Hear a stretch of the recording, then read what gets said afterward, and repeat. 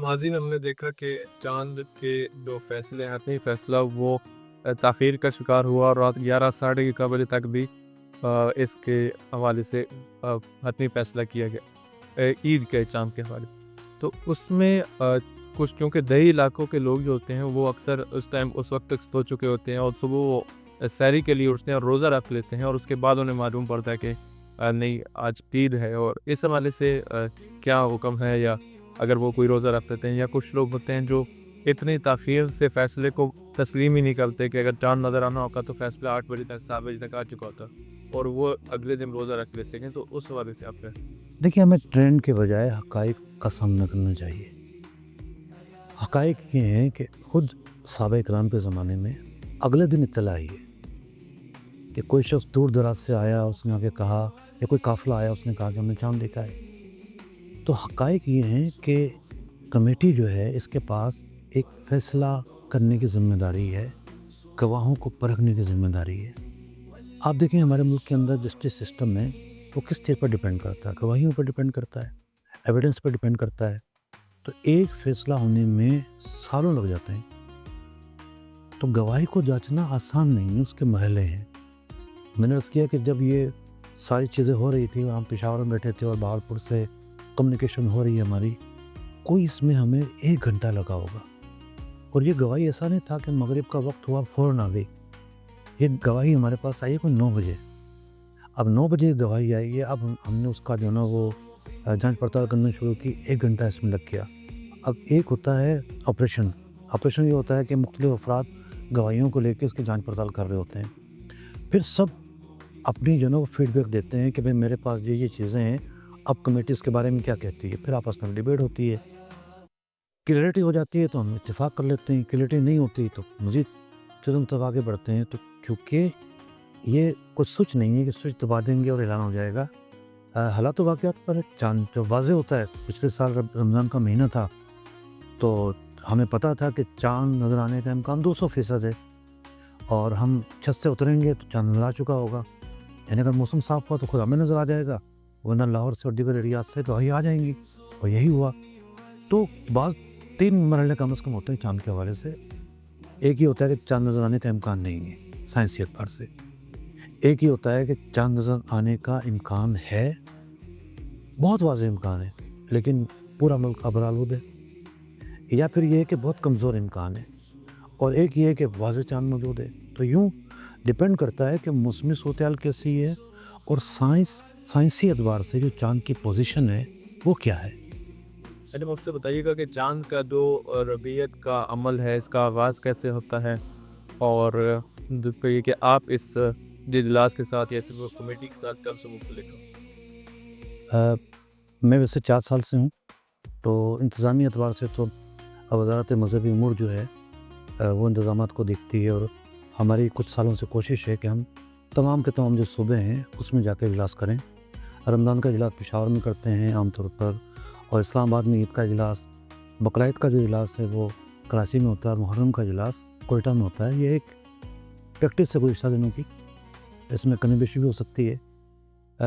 4 اجلاس ایسے ہیں کہ جو مرکزی طور پر ہوتے ہیں، یعنی مرکزی کمیٹی کے تمام افراد ان 4 مہینوں میں جمع ہوتے ہیں. بقیہ جو 8 مہینے ہیں ہر ایک اپنا جو اس کا زونل ہیڈ کوارٹر ہے وہاں وہ بیٹھتا ہے. کہ لاہور والے لاہور میں بیٹھتے ہیں، پشاور والے پشاور میں بیٹھتے ہیں، ہم لوگ کراچی میں بیٹھتے ہیں. تو یوں ایسا نہیں ہے کہ 12 مہینے کو جہازوں کے ایکسپینس ہو رہے ہیں، ہوٹلوں کے ایکسپینس ہو رہے ہیں، ایسا نہیں ہے. اچھا، اس میں کیا سرائیاں ایسی بھی دیکھی کہ اربوں روپے کے بجٹ دیے جاتے ہیں گزشتہ گورنمنٹس نے؟ اس حوالے سے ایک مجھے گائیڈ کیجیے گا، بتائیے گا. اور دوسرا یہ بتائیے گا کہ یہ بھی ہے کہ جو تمام ممبران ہیں ان کو معاوضے دیے جاتے ہیں صرف چاند دیکھنے کے لیے. تو اس میں کتنی حقیقت ہے؟ معاوضہ آپ کو کتنا ماہانہ کتنا ملتا ہے، یا اگر اس کے علاوہ کوئی جو ٹی اے ڈی ایز وغیرہ ہیں اس میں آپ کو کیا سہولیات جو ہیں وہ فراہم کی جاتی ہیں؟ دیکھیے، میں نے عرض کیا 8 مہینے تو ایسے ہیں جس میں ہمارا کوئی ٹریول نہیں ہوتا چاند دیکھنے کے لیے. 4 مہینے ٹریول ہوتا ہے. تو ٹریول ہوتا ہے تو ٹریول کے ایکسپینس ہیں، جو بھی کرایہ. اگر کوئی بائی روڈ آ رہا ہے تو اس کو بائی روڈ جو ہے وہ پہلے تو شاید کوئی 5 روپے پر کلومیٹر تھا، اب کوئی 10 یا 15 روپے پر کلومیٹر ہے. اگر کوئی بائی ایئر آ رہا ہے تو پھر بائی ایئر کا جو بھی ٹکٹ ہے اس کو دیا جاتا ہے. تو ان 12 مہینوں کے اندر ہماری کوئی سیلری نہیں ہے، कोई जो है ना वो अलाउंस नहीं है, बोनस नहीं है। सिर्फ 5,000 रुपये एक मेंबर को दिए जाते हैं इजलास में शिरकत करने के लिए। पिछले साल से उन 5,000 में भी 500 रुपये की टैक्स कटौती हो रही है। और कोई यूँ समझिए आपके 6-7 महीने से तो कराची के लोगों को तो वो भी नहीं मिले हैं। जैसे रबियत लाल कमेटी का इजलास होता है और उसमें शहादतों के हवाले से एक बड़ा सवाल ये है कि अक्सर मौसम की ख़राबी की वजह से चांद नज़र जितने भी मरतबी रुकन होते हैं उनको नज़र नहीं आता। ये जोना में भी शहरों में अबर आलूद मौसम होता है। तो जो शहादतें आपको मौसूल होती हैं उसको कंफर्म करने का तरीक़ाकार कोई स्पेसिफिक तरीक़ाकार है? एक आम जो है ना मिसकॉन्सेप्ट, एक आम तौर पर एक गलत फहमी है। वो गलत फहमी ये है कि कमेटी चांद देखने के लिए बैठती है। अगर हमें चांद नज़र आएगा तो ज़ाहिर बात है कि हमें आला दर्जे का यकीन हासिल होगा। लेकिन कमेटी का बुनियादी काम है गवाहियाँ वसूल करना। ये कमेटी जो है ये काजियों की एक महफिल है कि जिनका काम है जो गवाहियाँ आती हैं उनको शरई तरीके से शराइत के मुताबिक जरा करते हुए, गवाहों का तज़किया करते हुए, गवाही की शराइत पूरे करते हुए गवाही लेना। तो ऐन मुमकिन है कि हम इस्लामाबाद में बैठे हों और वहाँ बारिश हो रही हो, वहाँ तो चांद नज़र नहीं आ सकता बारिश में तो। लेकिन मुल्क के तमाम हिस्सों में बारिश हो ये ज़रूरी नहीं है। तो कमेटी बुनियादी तौर पर गवाहियों को कलेक्ट करती है। अब गवाहियों के हवाले से कई चीज़ें हैं।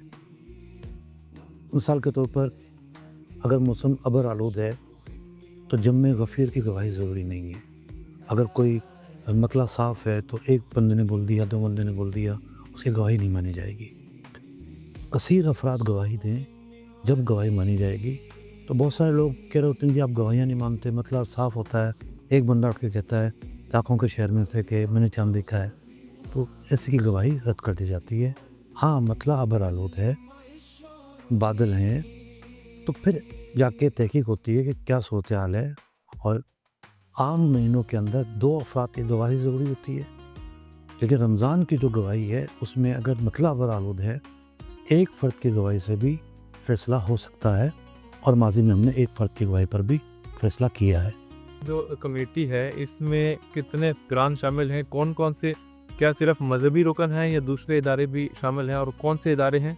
और साथ ये कि इसका जो हतमी फैसला होता है उसमें ज़्यादा अंसर किसका होता है? क्या साइंसी एतबार से इसको देखा जाता है या मजहबी पहलू के हवाले से इस पर जो हतमी फैसला है वो किया जाता है? देखिए, मेंबरान की तादाद 2 तरह की है। एक वो मेंबरान है जो उलमा हैं, मुख्तलिफ मसालिक के उलमा हैं, और दूसरी जो तादाद है वो है मुख्तलिफ महकमे यानी महकमा मौसमियात। एक नुमाइंदा उसका 20 ग्रेड का अफसर उसका होता है। एस्पार्को 20 ग्रेड का अफसर एक उसका रुकन होता है। वजारत साइंस 20 ग्रेड का एक ऑफिसर वजारत साइंस से रुकन होता है। और वजारत मजहबी उमूर का भी एक फ़र्द जो 20 ग्रेड से ताल्लुक़ रखता है वो भी रुकन होता है। 15 से ज़ायद उलमा हैं और 4 ये अफराद हैं। ये जो अफराद हैं वो फ़नी मामलत मुहैया करते हैं, और जो उलमा हैं वो जो शरई तकाज़े हैं गवाही को लेने के लिए उसकी बारीकियों पर बहस करते हैं, आपस में गुफ्तगू शुनिद करते हैं। फिर उलमा का एक फ़ायदा ये भी होता है कि हर एक का एक नेटवर्क होता है। वो अपने नेटवर्क के ज़रिए गवाहियाँ कलेक्ट कर रहा होता है और तज़िया कर रहा होता है।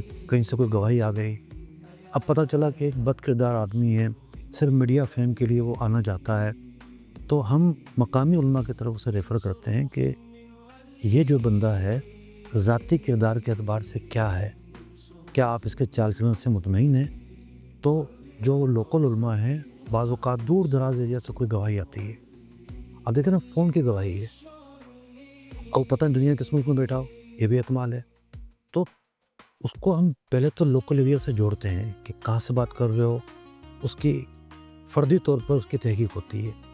फिर उसकी जो जांच होती है कि जनाब बाकिरदार मुसलमान है या नहीं है।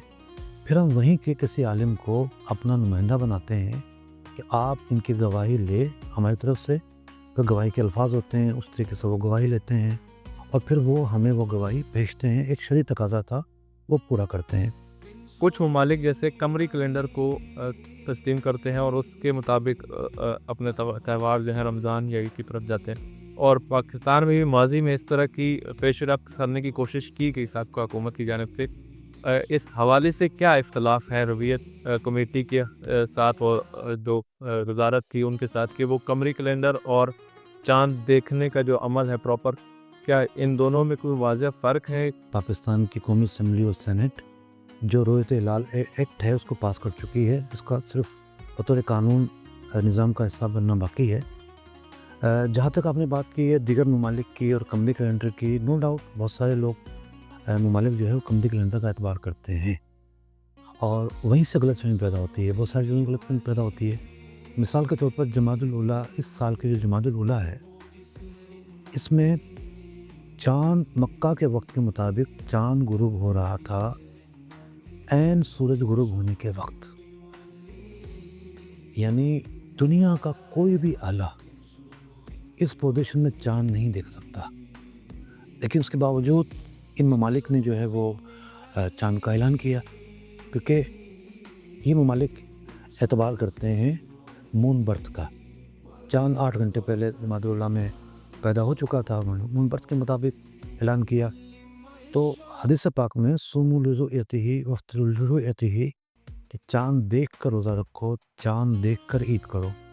तो बात समझने की है, बात डिफरेंस ऑफ ओपिनियन की है कि जो ममालिक ऐसा करते हैं उनकी एक राय है, उनका एक एहतराम है, और जो ऐसा नहीं करते उनके पास भी एक दलील है, एक ओपिनियन है। तो इस दलील का और इस ओपिनियन का भी एहतराम करना चाहिए। पाकिस्तान के जो जमहूर उलमा है वो इस बात के कायल हैं कि चाँद देख कर ही रोज़ा रखा जाए, चाँद देख कर ही ईद की जाए।